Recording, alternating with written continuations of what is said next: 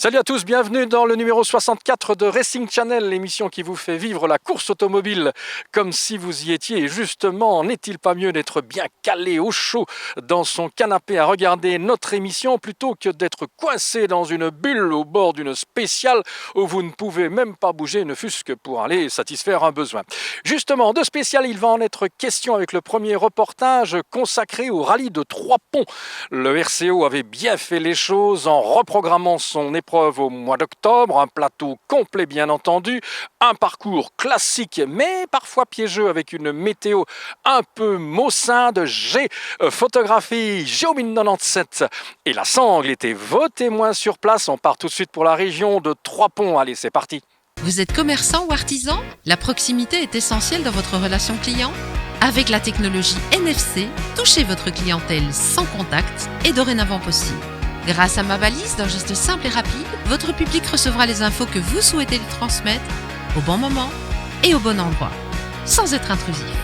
En savoir plus ? Notre site mabalise.be. Ma balise, the next mobile experience. La pluie, qui devait copieusement arroser notre pays, s'est finalement focalisée sur une seule région, épargnant ainsi le rallye de Trois-Ponts. Heureusement d'ailleurs, puisque le public était autorisé sans restriction de nombre. Ce ne sont pas non plus les participants qui s'en sont plaints, bien trop heureux de pouvoir prendre le départ de leur sport favori. Des 127 équipages au départ, c'est Jean-Philippe Radou qui l'emporte en ayant dominé l'épreuve de bout en bout. Il s'adjuge 11 stands scratch sur les 12 spéciales du rallye. Autant dire qu'il n'a laissé aucun espoir à ses poursuivants. Bob Kellen, au volant de sa Ford Escort, est deuxième. Sébastien Luis avait ici troqué sa C2 contre une Skoda Fabia S2000. Pourtant bien parti en début d'épreuve, il ne put résister aux assauts de Kellen. Il s'empare de la plus petite marge de ce podium en division 4. Le luxembourgeois Tommy Rollinger clôture le top 5. Bien qu'ayant tout tenté, il n'a pu résister aux assauts de la BMW M3 de Johannes Kessel, bien plus efficace sur le sec.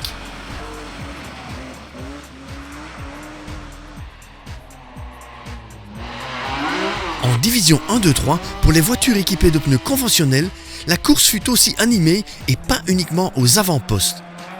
Premier leader, Thomas Delray semblait bien parti pour une victoire facile au vu de son avance au retour de la première boucle. Mais la mécanique est intraitable et il est contraint à l'abandon dans le 8e tronçon. Tout profit pour Ludovic Sounier qui ne lâchera plus la tête. Il remporte ainsi la victoire avec une avance plus que confortable, plus de 2 minutes sur son poursuivant Laurent Cravillon. Bertrand Baudouin monte sur la plus petite marge de ce podium après une belle bagarre avec son poursuivant Éric Nandrin qui échoue pour 2 malheureuses secondes. La lutte pour la 5e place fut tout aussi haletante puisqu'au terme de cette 12 spéciale, il a fallu faire appel au règlement pour départager François Briol et Thibaut Gentil. Ils réalisent exactement le même temps pour parcourir l'ensemble de ces spéciales.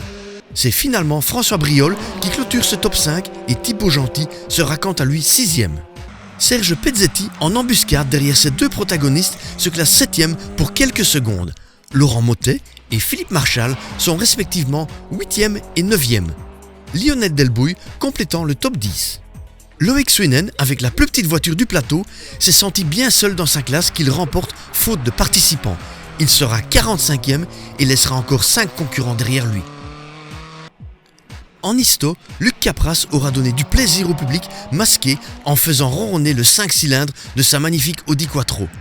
La puissante légende allemande s'affichant d'entrée de jeu la plus féroce face à Philippe Ellings. Le pilote Ford aura tenté de prendre le dessus sur son leader tout au long de la journée, en vain. C'est donc Luc Capras qui s'impose dans la catégorie devant Philippe Ellings. Gilles Mersch aura mené sa Ford Escort sur le podium final au terme d'une course régulière. Derrière, la Lotus Elan de Grégoire Destex devance Étienne-Philippe Courtin qui clôture le top 5. Il ne nous reste plus qu'à espérer que le mal de l'année ne vienne pas hypothéquer la suite de la saison.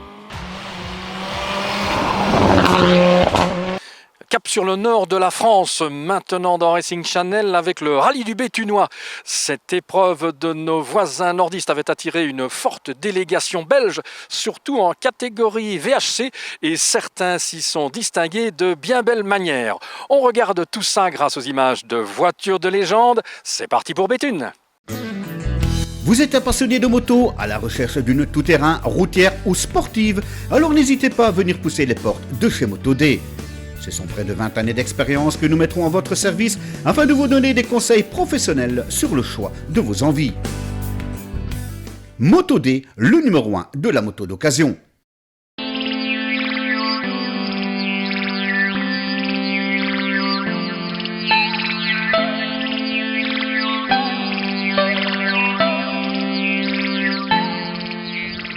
L'association sportive automobile Artois Littoral organisa avec le concours du stade béthunois automobile le 43e rallye le béthunois VHC.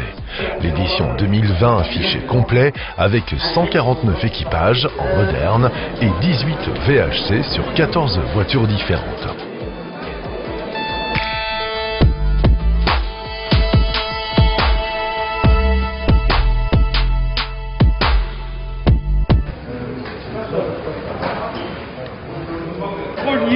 Comment vas-tu, Paul?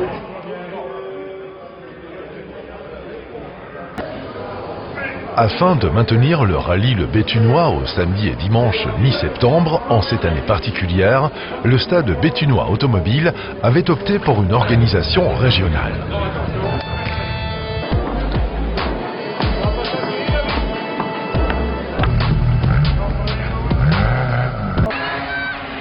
Le parcours passait d'environ 130 à 40 km chronométrés. Les concurrents empruntaient donc des spéciales classiques au kilométrage réduit. Les 4,70 km de Deux-Rivières, Delmar Médical et Transport Christian constituaient le prologue samedi en fin d'après-midi. Le Blanc Sabot, ADMR et Bridgestone, 9 km 80, et le Turboté Careco et 1, 2, 3 pare-brise, 7 km 40, parcourus le matin et en début d'après-midi, étaient les juges de paix du dimanche.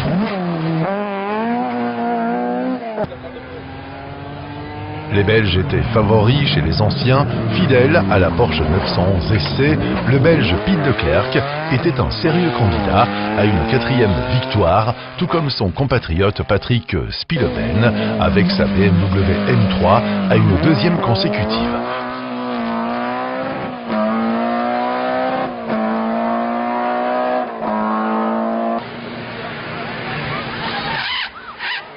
Pour eux, le danger pouvait venir du spectaculaire Paul Liétard, qui disposait d'une Opel Manta 400. Mais cette catégorie est souvent sujette à rebondissement.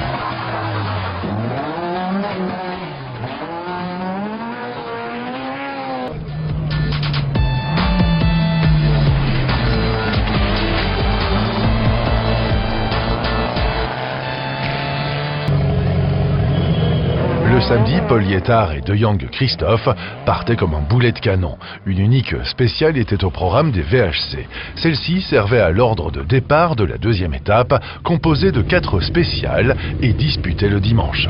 Une nouvelle fois, Paul Liétard signait un temps de folie.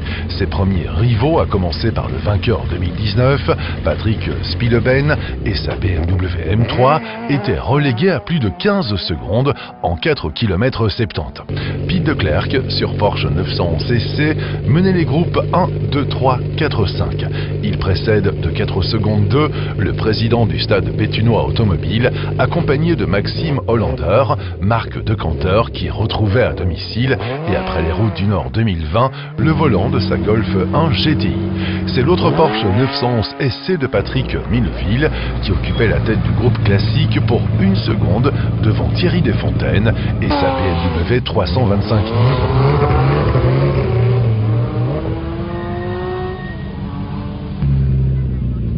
ES2, le Blanc Sabot, 9 km 95, Liétard était sur sa lancée le dimanche. Piet de Klerk accentuait son avance en tête.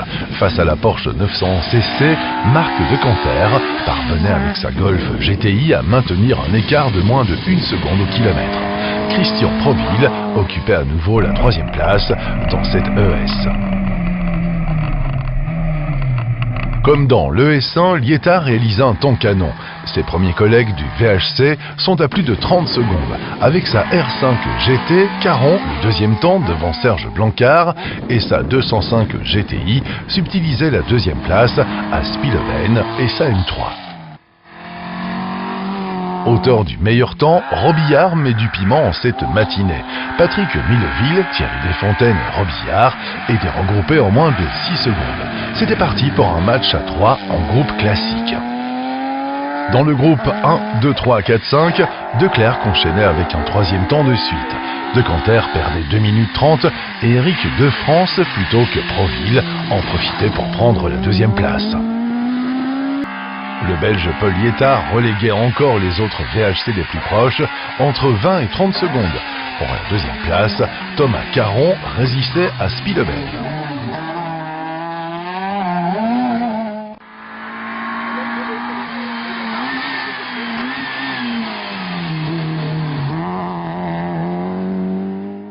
Auteur de 5 meilleurs temps sur 5, De Clercq conjurait le sort et s'imposait pour la 4e fois. Pour la deuxième place, De France conservait une substantielle avance sur Proville.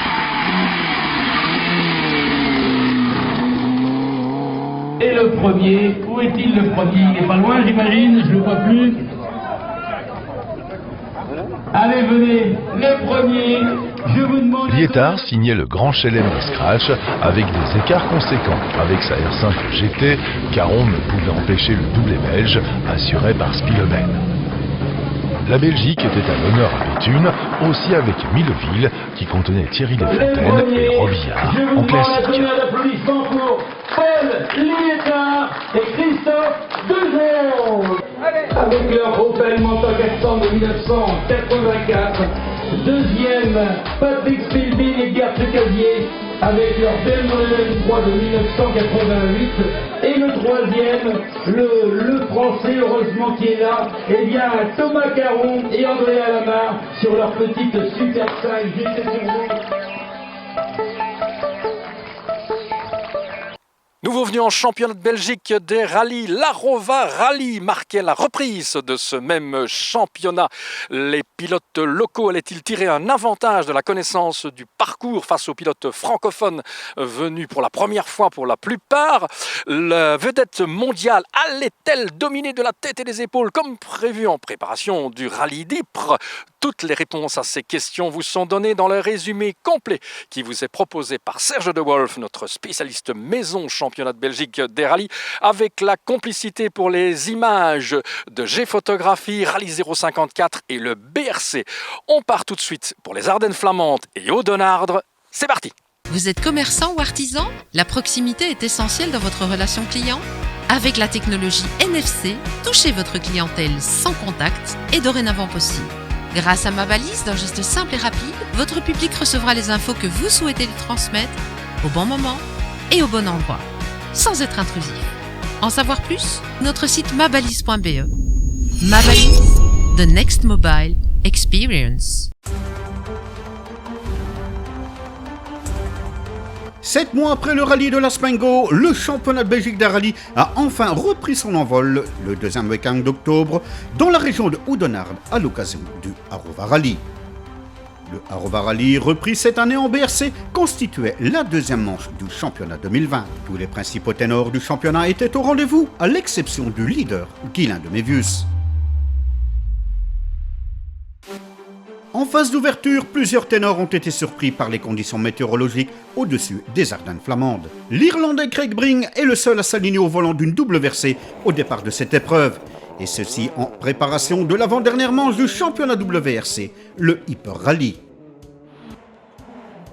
C'est donc en toute logique que la Hyundai i20 coupé WRC de l'Irlandais prend les deux premiers scratchs à son compte, avant de perdre 36 secondes dans la suivante, l'étape spéciale 3 du Cruzam, suite à des soucis d'essuie-glace. Résultat, il ne pointe qu'au 5e rang, à 16 secondes 6, d'un Niels Sørenvoet, leader surprise, au terme de la première boucle de 3 spéciales. Le Néerlandais devance le champion titre Adrien Fernemont de 9 secondes 9. Adrien Fernemont, surpris également par ces conditions météorologiques délicates, se plaignait d'une voiture instable suite aux coulées d'eau sur les tronçons. C'est pas facile avec cette pluie. D'habitude, les longues lignes droites, elles sont là pour voir si tout va bien, demander à son copilote si ça se passe bien. Et ici, on redoute un peu les lignes droites parce que la vitesse augmente et l'aquaplaning est important. C'est un peu dangereux, je trouve. Il précède néanmoins les premières Citroën C3 R5 de Davy Van Est, ainsi que celles d'un Cédric Cherin pour la première fois derrière le volant de la R5 au double chevron et qui s'embarre lui de la 4e place à 14 secondes 5. Les deux premières C3 R5 étant ainsi séparées seulement d'1 seconde. Derrière le 5e rang de Craig Breen, on retrouve d'autres favoris. Chris Branson, parti à la faute, se fait surprendre dans un virage dans la première spéciale et doit se contenter provisoirement d'une 6e place à plus de 24 secondes.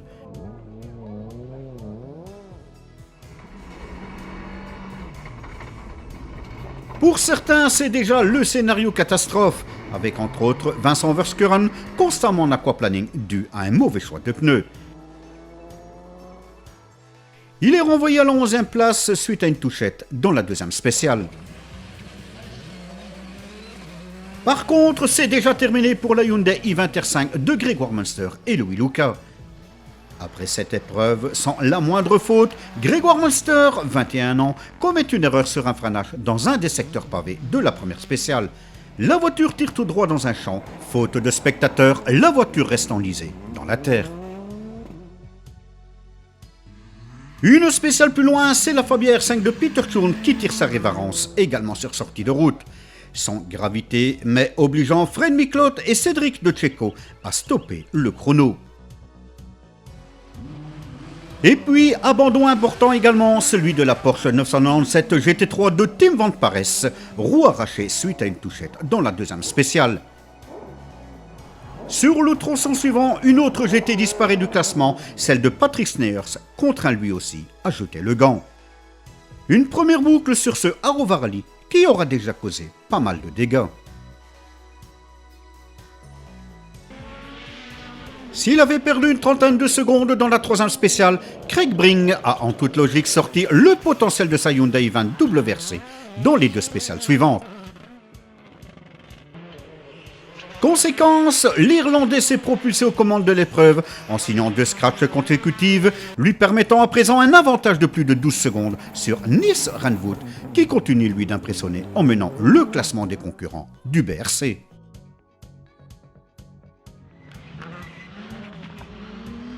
À mi-parcours de cette épreuve, Adrien Fernemont pointe toujours en 3e position à 23 secondes, en menant dans son sillage la C3 R5 de Chris Branson, qui effectue lui sa remontée en 4e position à un peu moins de 7 secondes du champion en titre et à 30 secondes du leader.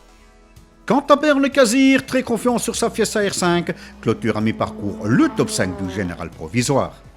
Après les retraits de Grégoire Munster et Peter Chun, la liste des abandons se garnit désormais des noms de Guillaume de Mévius, ennui moteur sur sa Citroën C3 R5, mais aussi du Hollandais Hird Jan Kobus sur la Skoda Fabia R5, ainsi que celui du Junior Gilles Pic et de sa Peugeot 208 Rallye 4.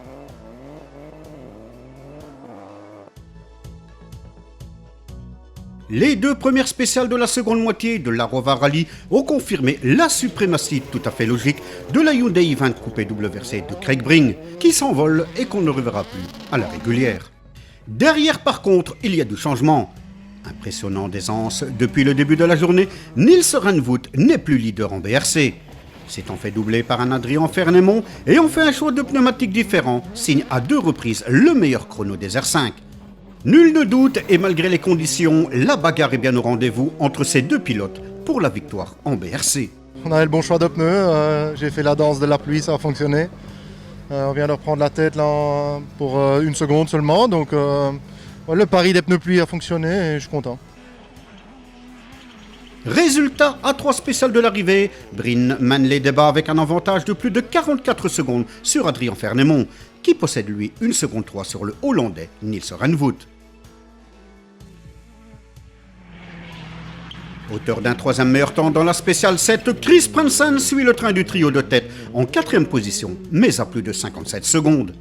Suivent alors dans l'ordre Bernd Kazir, toujours bon 5e, avec un avantage cette fois de 4 secondes 5 sur un Sébastien Bedoré qui reprend confiance, effectuant ainsi sa remontée. Nous, on n'a aucun risque à prendre, on joue pas la victoire, donc on essaie de garder la voiture sur la route et dans les endroits dangereux on lâche un peu. Et voilà, maintenant on va essayer de ramener la voiture à l'arrivée, ce sera le seul objectif.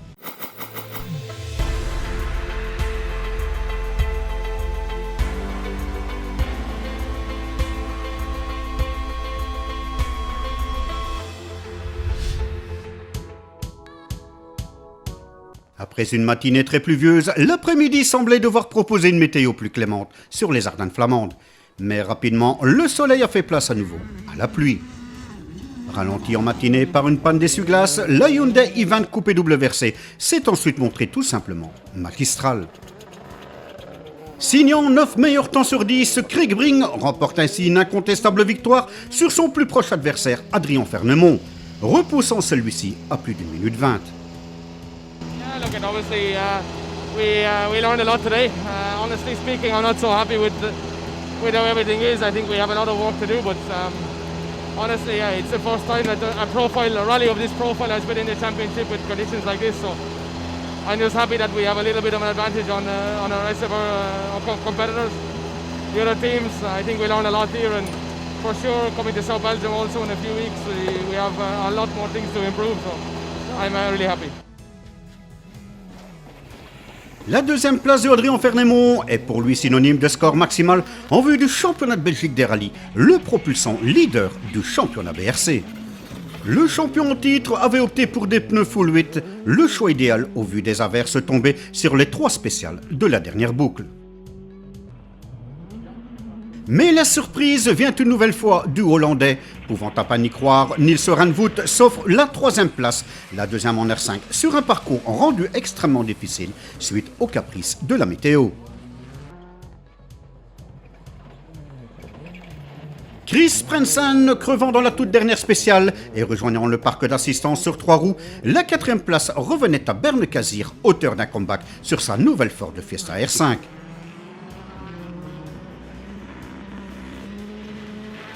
Derrière la 5e place de Chris Prensen, Sébastien Bedoré a évité de prendre des risques afin cette fois de rallier l'arrivée sans problème.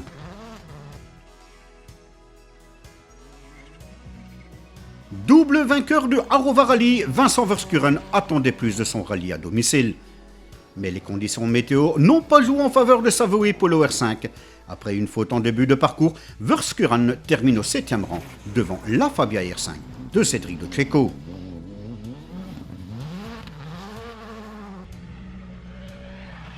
Cédric Cherin, après une crevaison coûteuse en temps en fin d'épreuve, clôture le top 10 derrière la Fabia R5 du régional, Fred Miklot.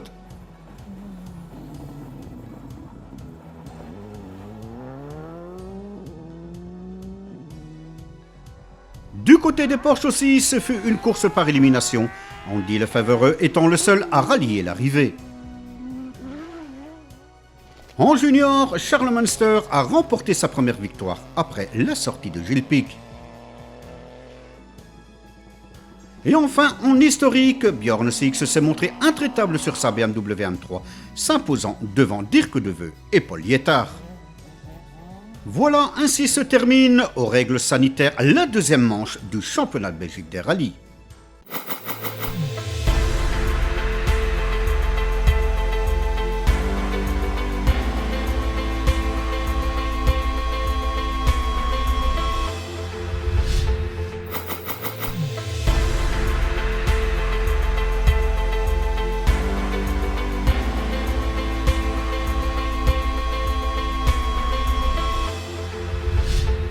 Deux mots sur le Tour de Corse historique avec l'excellente 2e place de notre collaboratrice Jennifer Hugo en compagnie de l'expérimenté Yves de Flandre et sa Porsche 911 en catégorie VHRS moyenne intermédiaire. Voilà qui augure de belles perspectives de résultats intéressants pour Jennifer. Go Jen, go! On se retrouve bien entendu le mois prochain, mais en fonction de l'actualité. Est-ce qu'il y aura encore des épreuves organisées ou pas?